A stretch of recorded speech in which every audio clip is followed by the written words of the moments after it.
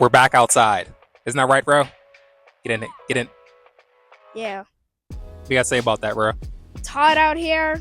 Now, this is probably my first and last time painting a mural like this. It's my bodyguard.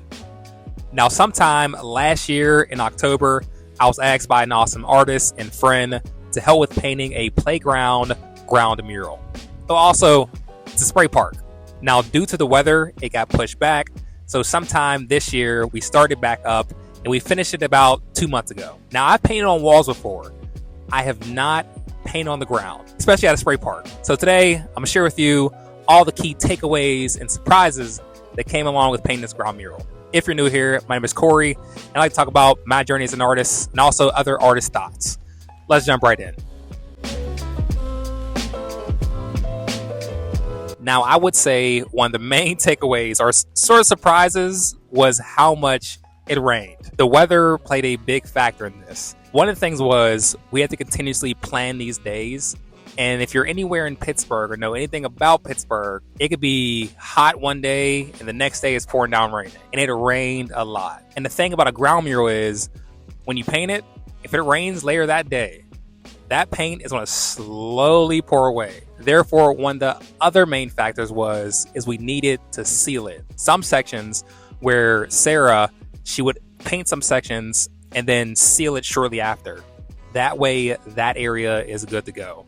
And we don't have to worry about the rain. And then sometimes we would plan some days to paint, and it would rain on those days, so we couldn't go on those days to paint. What we did was, because we found some days to get a lot of painting done and spent either most that day, or if it didn't rain that day, at least 5 hours that day painting some of it. And then another big part was there was a tree that was overhanging a big part of the ground mural, and a bunch of stuff from that tree would fall into the ground. We had to constantly sweep. Which leads me to another sort of surprise and takeaway was constantly cleaning this area. Every day we will come back, we'd have to sweep this entire area over because there's so much stuff on it. And people would just run across it. Now these surprises, when I talk about this, they're all going to sort of combine. They're going to be like one after another, pretty much. One of the factors was this tree. We had to constantly sweep that every time we started it, which took about a good, decent bit of time up before even starting the mural in general. Whereas if you're painting on a wall, all you have to do is walk up to the wall with your materials and start painting it. Now, another key factor that helped us a lot was we were able to keep our materials and supplies and paints inside of a building. This helped out a ton. It was right down the street, which is good. It wasn't far away. It was right down the street because we didn't really feel safe leaving the paint outside, especially because there's so many people out there all the time. So we didn't want to risk someone taking the paint. And then also, thankfully, my family lives nearby too. So then we were able to keep the paint at their house as well, which is fantastic right before we started. So that's another factor, was being able to keep the materials close by. Therefore, it made the production kind of faster in a way. So we didn't have to lug them from all the way from home to the spot. Another surprise that we had was the people that were there. Now it's a park. We had some idea that the people were going to be there. Now, the water was not turned on yet. There was a set date for the water to be turned on, Memorial Day. So we had some time. Again, with the rain though, it took a lot of that time away that we could not paint on the ground as much as we wanted to. And so we really had to crunch the time into a very small amount of time and get as much done as we could. Because once this spray park was active, we could no longer paint on it. We couldn't go back and just touch it up because the water is constantly spraying on top of it, and we couldn't paint, and then that happened. It wasn't as though we had areas sectioned off. We also asked for help from people who commissioned to do the thing, was to be able to section off an area that we could have that sort of privacy as we paint, so people aren't constantly running across the surface, because that's exactly what happened. There was a pavilion right next to it, and people would have their birthdays. Also, mind you, this is a place I actually grew up a bit as a kid, so I'm familiar with the area. And people had their birthday parties at this pavilion, right next to the painting. And so while they're on the grill over there cooking, here comes their kid running along, little 3-year-old playing with a ball. And we're like, hey, you don't want to step over here? And we tell the parent, hey, you kind of get your kid in a kind way, of course. They're like, oh, yeah, my bad. Let me get my kid. The moment they turned their back, guess who was walking along across the paint? This little kid.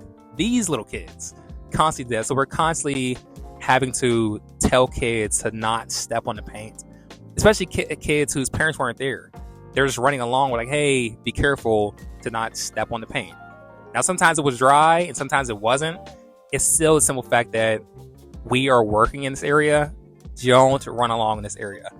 The parents were not as active when it came to keeping their kids off of it. So that was a big part too, is people constantly running along and we constantly having to tell people to not be on the paint.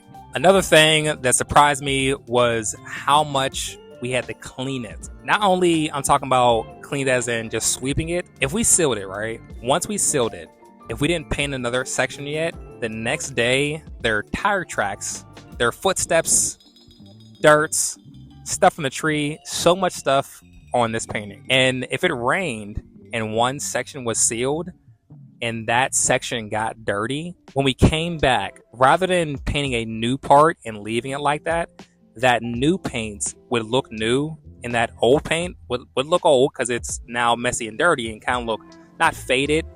At the same time, you can kind of see that it's not as saturated. We'd have to repaint that previous area that was already sealed. So essentially, we're repainting it. That's what we're doing. We're repainting the painting consistently sometimes. There are some days we're repainting it. And that wasn't as fun. That was not as fun. I would say if someone's going to do a ground mural, I would encourage you to do it inside. To do it inside. And that's something that we learned, was that one, painting on a ground mural that's at a spray park isn't the best idea, because again, that water is going to chip that up sort of if it's not fully sealed. And we are actually kind of testing the seal out itself to see how well the seal does under water that's constantly being poured on top of it. Painting a ground mural inside will be much better, again, because you don't have to mess with the weather. You can go there day after day and simply just work on it without the weather being a big factor. And then also less people having to be in that area that you kind of have to keep away. Those are the main parts. I would say keeping that nearby, keeping materials close by, so that's that easy access. And then also keeping in mind the weather and also the deadline and how many people are walking across this mural. If you have some sort of protection that you don't have to deal with that too much, that is fantastic. Keep that in mind. And yeah, that's the experience with a ground mural. I think, would I do it again? Inside I would, and probably not at a playground. And also with another person, because I think if either of us did this by ourselves, it'd have been a lot worse. I'm glad we were able to paint this together. I was able to paint this with another artist. Her name is Sarah, and her work is fantastic. And so it was her project that she was asked to do. She asked me to be a part of it, which is really awesome. Again, my first ground mural. It's good to get that experience and see what it was actually like. So hopefully that helps you out on your next ground mural yourself. And don't forget your sealer. Hopefully there's not many people around and it's inside. You don't have to worry about the weather. So keep those in mind. Yeah, also don't forget to like and subscribe. And I'll see you in the next video.